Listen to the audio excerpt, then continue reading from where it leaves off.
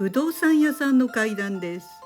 日常の何でもない時におかしなことって起きるんですよね。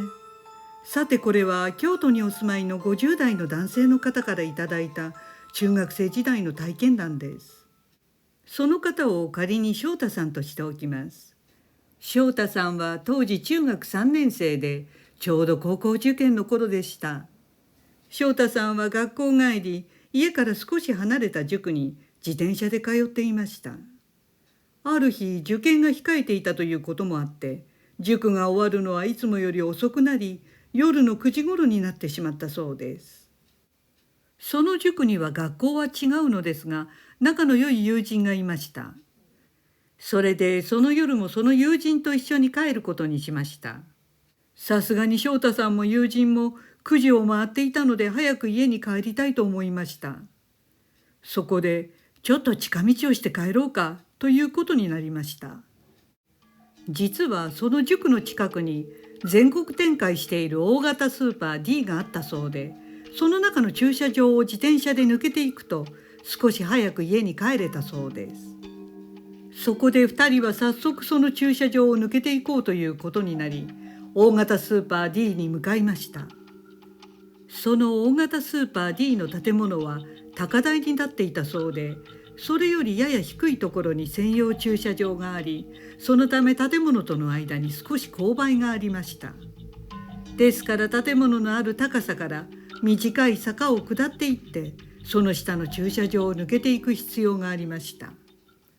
もう9時を回っていますから、大型スーパー D は閉店しており、外の入り口には車が入れないようにチェーンがかかっていました。翔太さんたちはそのチェーンを自転車で乗り越えて駐車場に向かうスロープを下っていくことにしました。スロープといっても駐車場までのほんの短い坂ですから、自転車なら数秒で降りることができます。そこで2人は急いで自転車で下り始めたそうです。そのスロープをちょうど半分ほど下ったところでした。その地点で駐車場全体が見えてきました。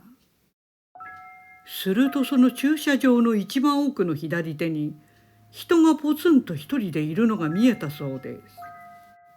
翔太さんはあれ誰かいるなと思いました。するとその人が翔太さんたちの方に向かって歩いてきたそうです。そして翔太さんたちの自転車の前を横切っていき、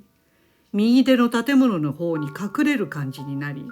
翔太さんからは見えなくなりました。そこはちょうど建物の出入り口があり、翔太さんは近所の人が通り抜けていったんだろうと思いました。ところが次の瞬間、翔太さんはぎょっとしました。その人が隠れた出入り口の建物から顔だけ覗かせて翔太さんたちを見てヘラヘラと笑っているのです。翔太さんはうわ気持ち悪いと思いました。でもその横を通り抜けないとならないので、早く抜けようと急いだそうです。その間もその人はずっとこちらを見て不気味に笑い続けていました。そして通り過ぎたところで気になっていたのですぐ振り返ってその人の方を見たのですが、そこには誰もいませんでした。ほんの一瞬目を離しただけなのに消えてしまったようにいなくなっていました。どういうことと思って翔太さんはすぐ隣の友人の方を見たそうです。すると並走していた友人の顔が真っ青になっていました。翔太さんは友人に「おい、今の見たか？めっちゃ気持ちの悪い人おったよな」と声をかけました。すると友人は「見た見た、なんやねん、大きい動物がおった」というのでした。翔太さんと友人はお互いと思い、話が噛み合わないことにゾッとしました。そして一呼吸置いて、二人同時に出たと叫んで思いっきりペダルを踏んで一目散に家に帰ったそうです。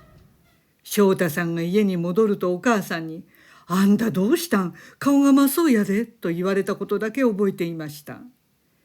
そして落ち着いてくるとおかしなことに気がついたそうです。あの不気味に笑っていた人が最初向かってきて建物に隠れた時も、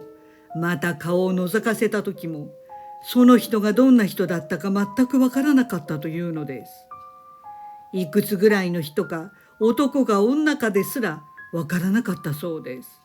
どんなに思い出そうとしても笑っていたこと以外わからないというのです。強いて言えば多分女性で、黄土色の服を着ていたように感じたそうです。またよくよく考えたらさらにおかしなことが分かりました。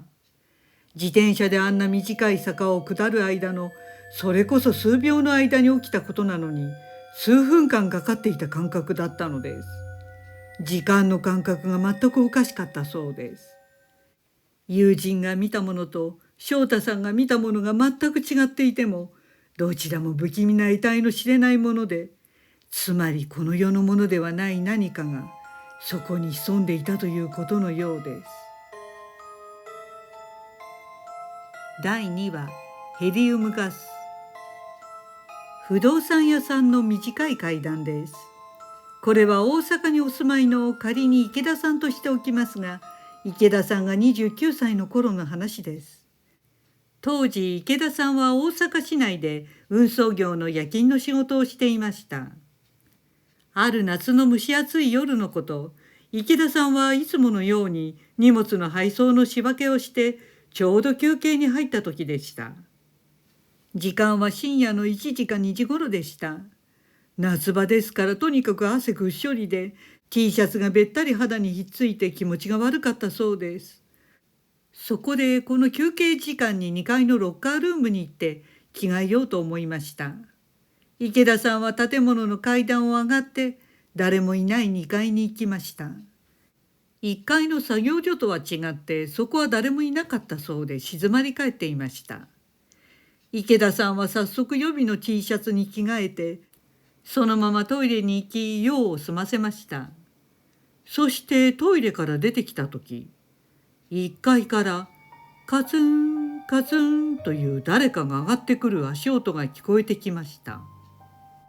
他の従業員だろうと思ったのですが、足音がだんだん近づいてきて池田さんのすぐそばまで来たところで誰も現れません。池田さんが何やろ今のと思ったところで、いきなり池田さんの耳元でと話しかけられたそうです。誰もいないのに声だけがはっきりと聞こえたのです。池田さんは全身凍りつきました。その声は今でも覚えているそうです。男か女かわからない、それはヘリウムガスを吸った時の声だったと言っていました。ヘリウムガスを吸うとすっとんきょうで甲高い声になりますが、幽霊はまさにそんな声だったそうです。ご視聴ありがとうございました。よろしければチャンネル登録お願いします。